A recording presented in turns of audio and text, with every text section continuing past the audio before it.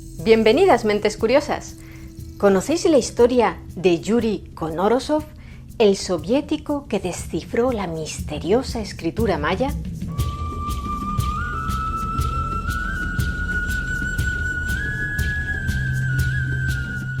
Al gran público, el nombre de Yuri Konorosov no le resulta conocido.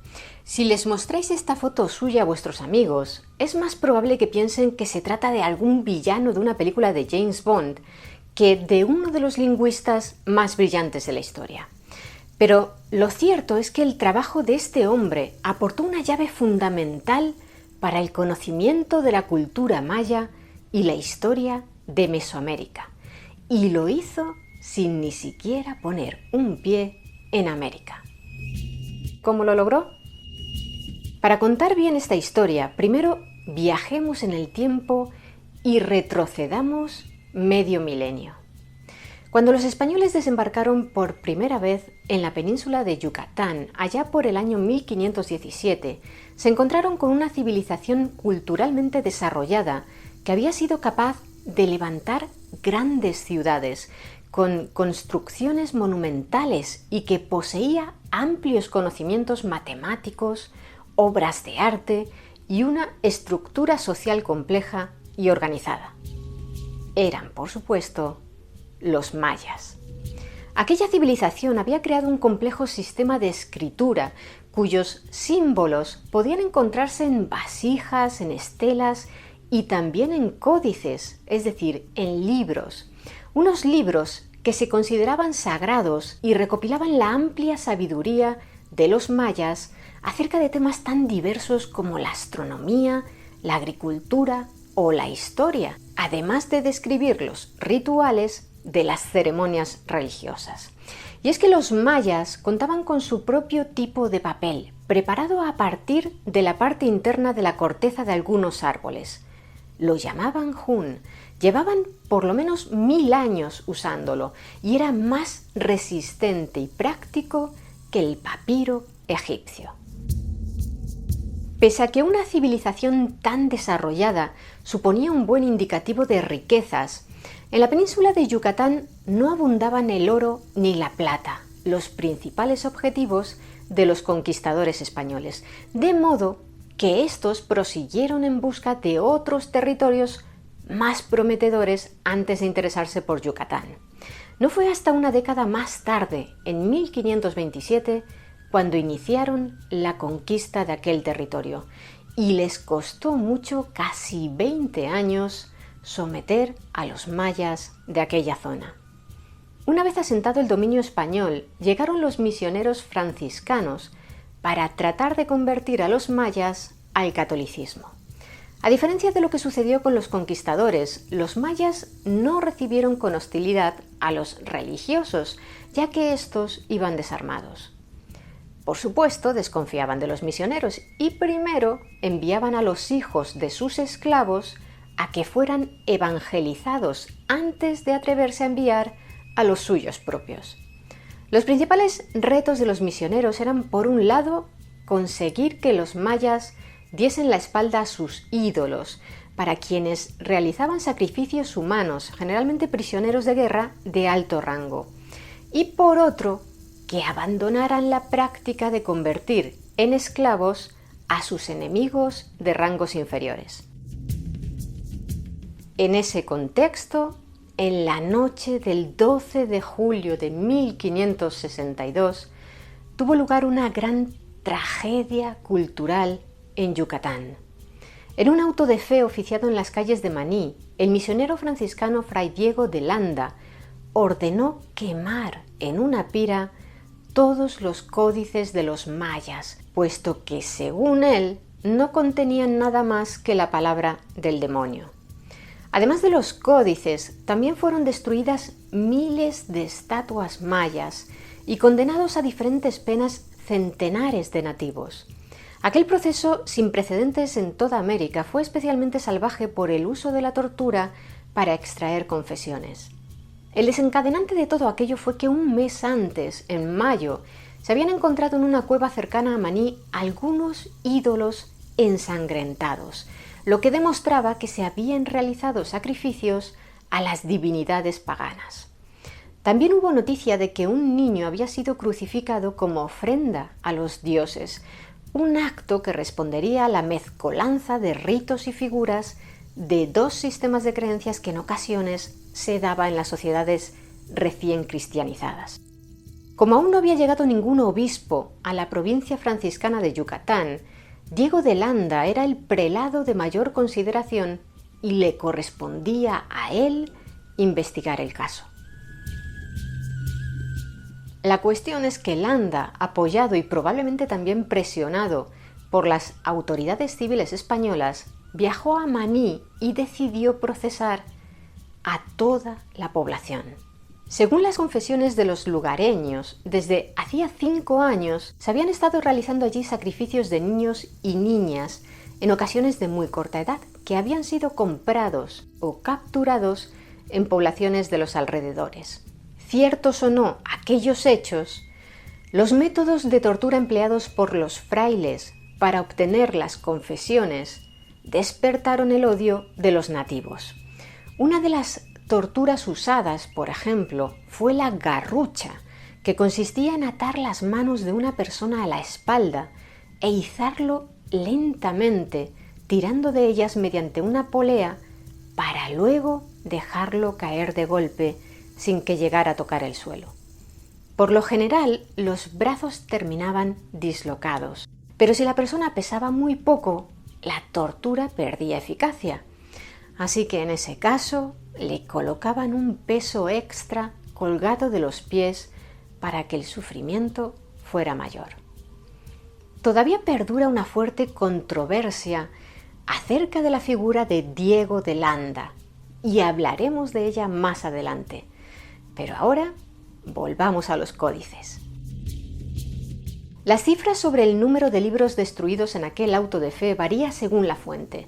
El propio Landa dejó escrito que habían sido 27 los códices quemados, mientras que otras fuentes apuntan a unos 40, aparte de una enorme cantidad de documentos mayas cuyo contenido escrito equivaldría al de 1 tonelada de libros.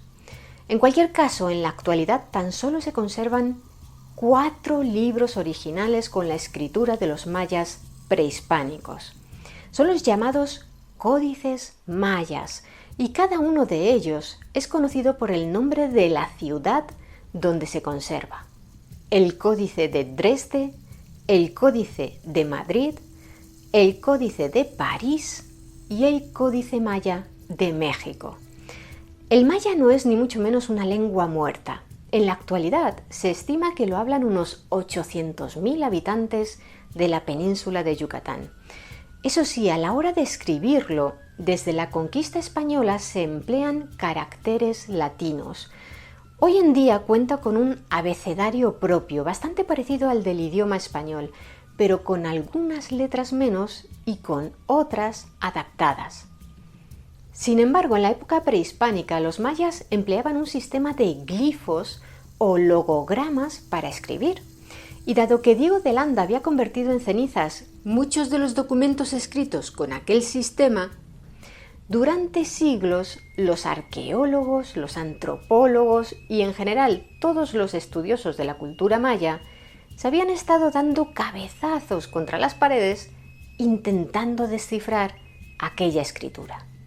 Carecían de muestras suficientes que les aportaran las pistas necesarias para saber qué significaba cada uno de aquellos símbolos.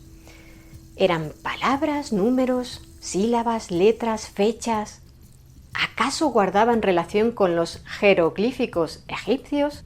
Los investigadores encontraban glifos escritos en vasijas, en muros, en el interior de pirámides y templos, pero frustrados no lograban descifrarlos. Se trataba de un misterio irresoluble. Hasta que aparece en escena nuestro protagonista de hoy. El 19 de noviembre de 1922, en la ciudad de Járkov, que por aquel entonces era la capital de la recién formada República Socialista Soviética de Ucrania, nació Yuri Valentinovich Konorosov.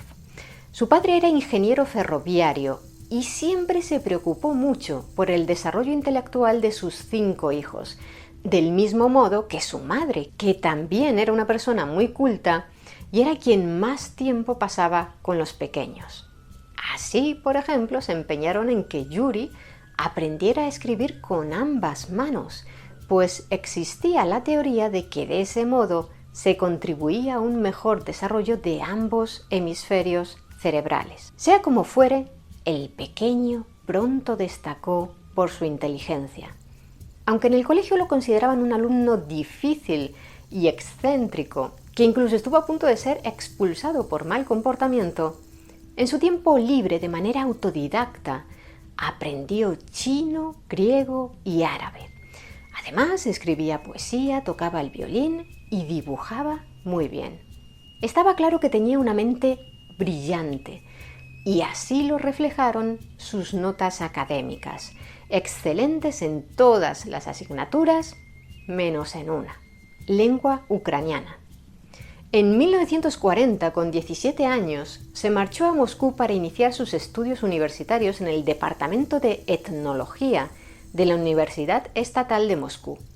Inicialmente se especializó en egiptología, pero muy pronto sus planes de estudio se vieron interrumpidos por, lo habéis adivinado, la Segunda Guerra Mundial.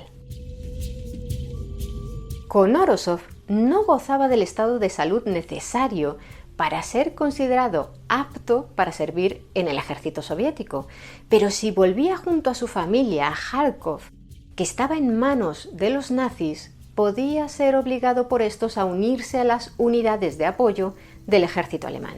A fin de evitarlo, durante 2 años trabajó como maestro de escuela de pueblo en pueblo, mudándose con frecuencia. En 1943, por fin, tanto él como su familia lograron escapar a Moscú, donde Konorosov retomó sus estudios de egiptología. En 1944, cuando el curso de la guerra era ya favorable para los soviéticos, Konorosov fue requerido para unirse al ejército. Aquello le pilló de sorpresa, pero, por suerte para él, su padre, que ostentaba el rango de coronel, le consiguió un puesto de operador telefónico en una unidad de artillería acuartelada cerca de Moscú, lo que lo mantuvo lejos del frente hasta el final de la guerra. Existe una leyenda muy repetida en los reportajes y documentales acerca de Yuri Konorosov, que surgió a partir de la publicación en 1992 del libro titulado El desciframiento de los glifos mayas, escrito por el arqueólogo estadounidense Michael Coe. Según esa leyenda, Konorosov, junto a su unidad de artillería, participó en la toma de Berlín por parte de los soviéticos y mientras ardía la Biblioteca Nacional, entró en ella y rescató de las llamas un libro que resultó ser un extraño ejemplar que recopilaba reproducciones de los códices mayas de Dresde, Madrid y París. A raíz de aquello se despertó en él el interés por desvelar la escritura maya.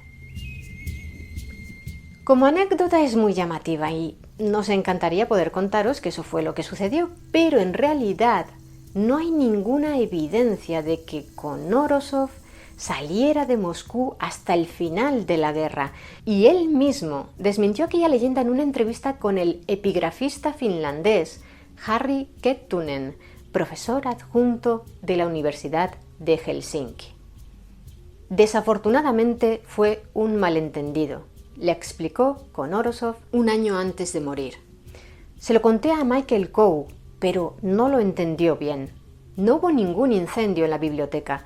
Los alemanes habían empaquetado en cajas los libros de la biblioteca para enviarlos a algún otro lugar, pero como no tuvieron tiempo de trasladarlas, al final aquellas cajas fueron llevadas a Moscú.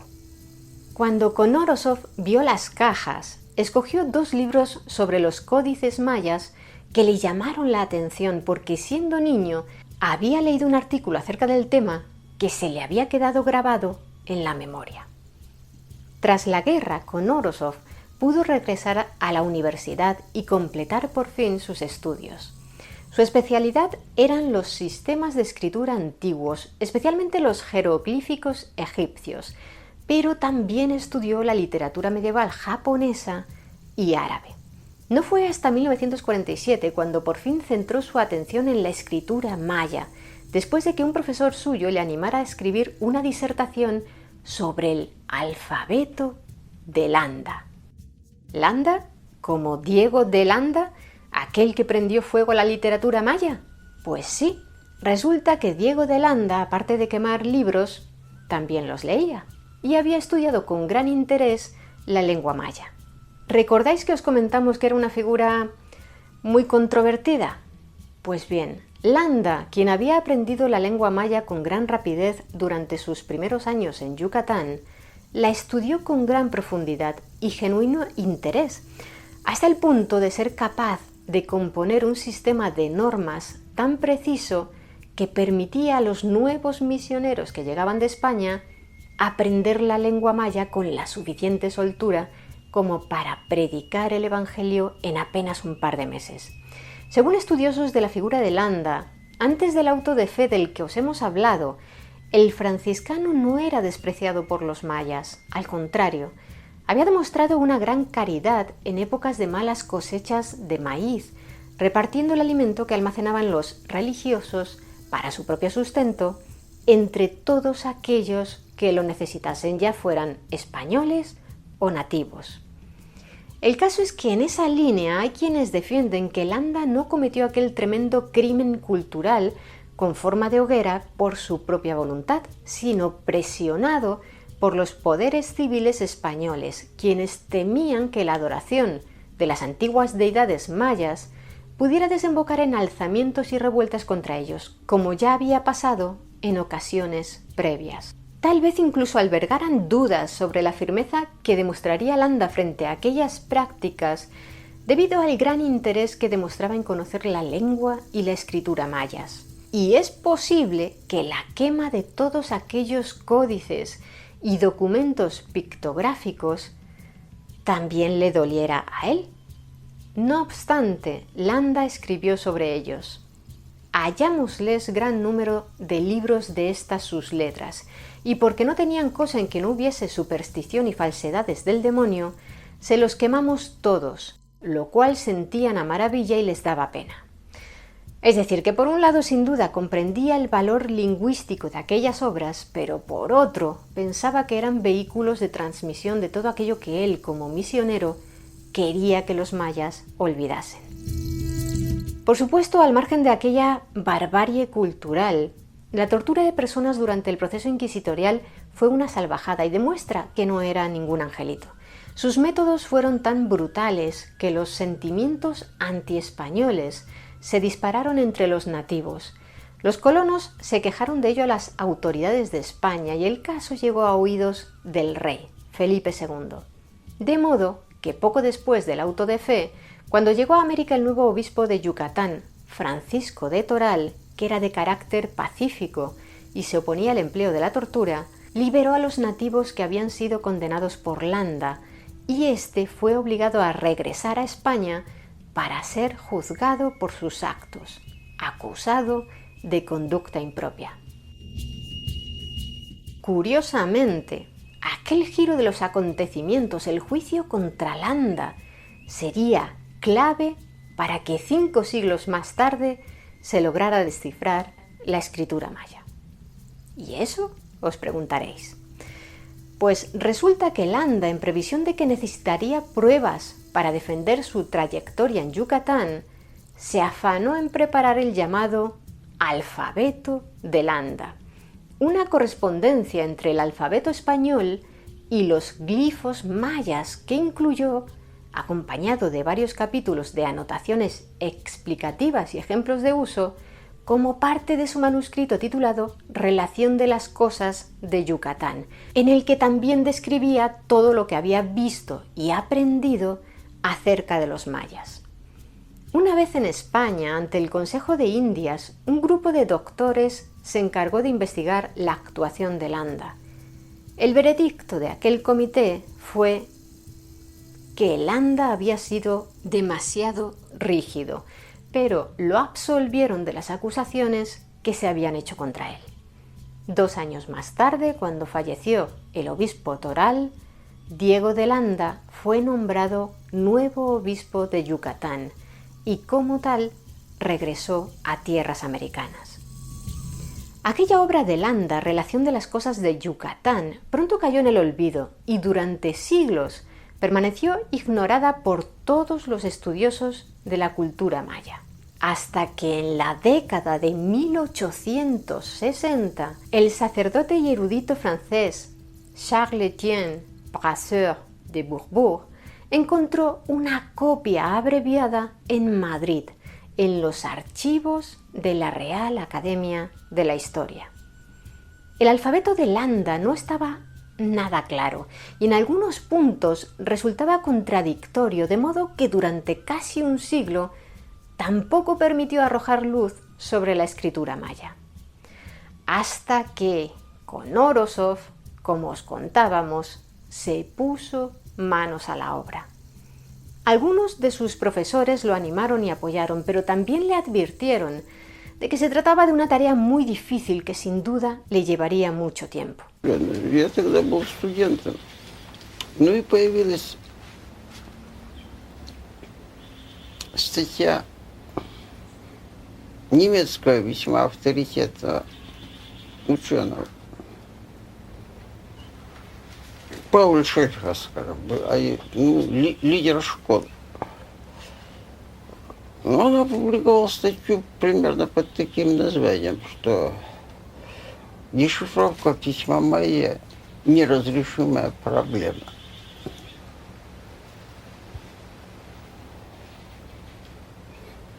Ну, я решил, что надо как-то возразить, тем более, что как так неразрешимая проблема. Ну, общий тезис был примерно такой исходный, который я, впрочем, и сейчас придерживаюсь. Ну, то, что придумано одним человеческим, так сказать, разумом, может быть понято и другим. Так что в этом смысле принципиально неразрешимых проблем ни в какой области, собственно говоря, ну, вроде как и не должно быть. El joven logró un puesto de investigador asistente en el Museo de Antropología y Etnografía de Leningrado y allí se volcó en aquel gran desafío intelectual y científico. Aunque Landa, en su intento de comprender la escritura maya, tuvo a su disposición a nativos que conocían la lengua hablada y escrita de sus antepasados, las diferentes maneras de pronunciar las letras dio lugar a que cometieran muchos errores. Según dedujo Konorosov, cuando Landa le pedía a uno de sus ayudantes mayas que le dibujara el glifo que representaba, por ejemplo, la letra española B, el ayudante le dibujaba el glifo que correspondía a la sílaba B, es decir, el sonido completo que pronunciaba Landa. Por eso, todos los intentos de descifrar la escritura maya a partir del alfabeto de Landa que llevaron a cabo los eruditos a partir de su redescubrimiento en el siglo XIX, fracasaron. El principal fallo de Landa fue pensar que la escritura maya era alfabética, aunque empleara letras diferentes a las latinas. Sin embargo, la escritura maya, tal y como concluyó Konorosov, tras estudiar el puñado de códices supervivientes, estaba compuesta de 355 signos y semejante cantidad no se podía corresponder con una escritura alfabética, sino que se trataba de una escritura fonética logosilábica, es decir, que los signos mayas también representaban sonidos.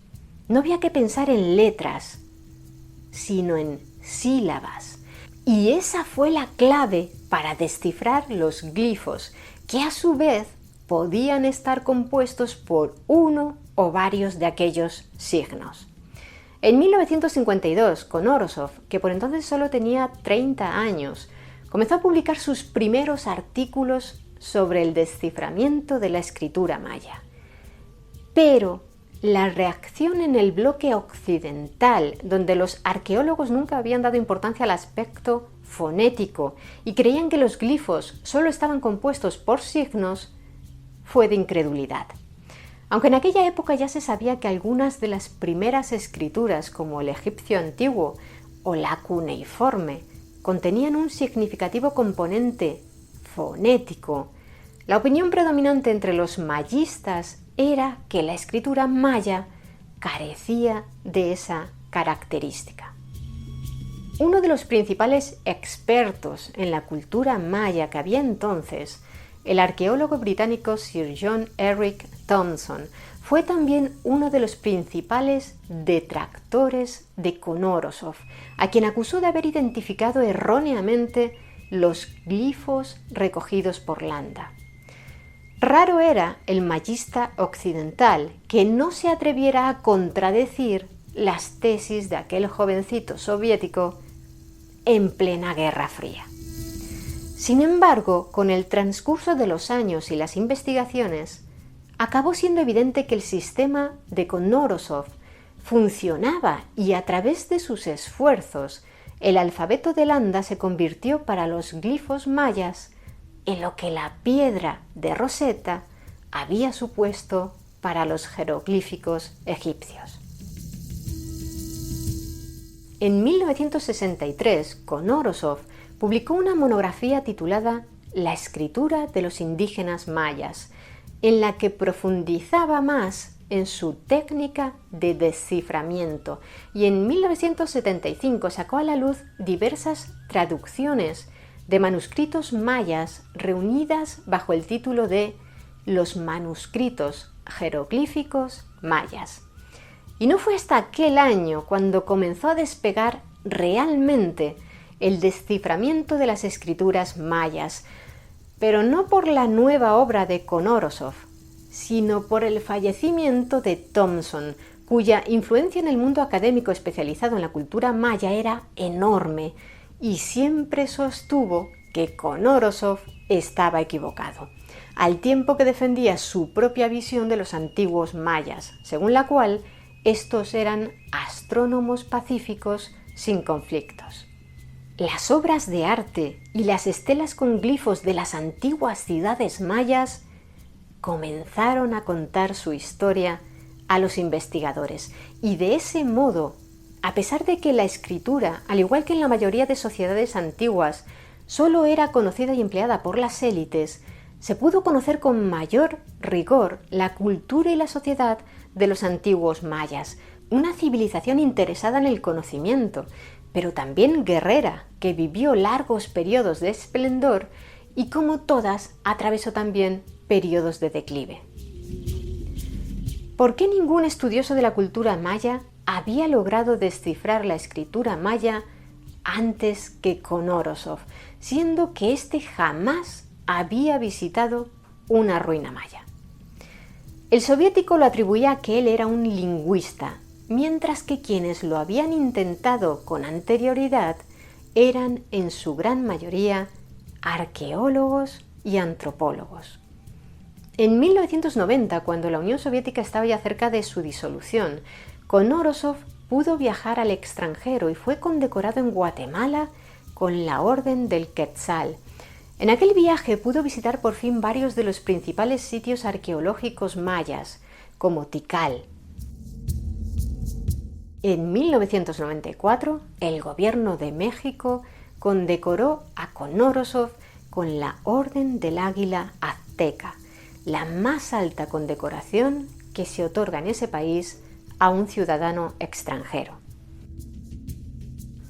Yuri Conorosov falleció en un hospital de San Petersburgo en marzo de 1999, víctima de una neumonía, rodeado por sus familiares y acompañado por su hija, Ekaterina. Conorosov, con modestia, siempre se describió a sí mismo como un mero discípulo de Landa, quien, a su modo de ver, había hecho la labor principal al crear su famoso alfabeto. Pero lo cierto es que sin la mente de Conorosov, sin sus enormes conocimientos lingüísticos de tan diversos sistemas antiguos de escritura, El erróneo trabajo de Landa permanecería incomprendido y la escritura maya seguiría siendo considerada un misterio irresoluble.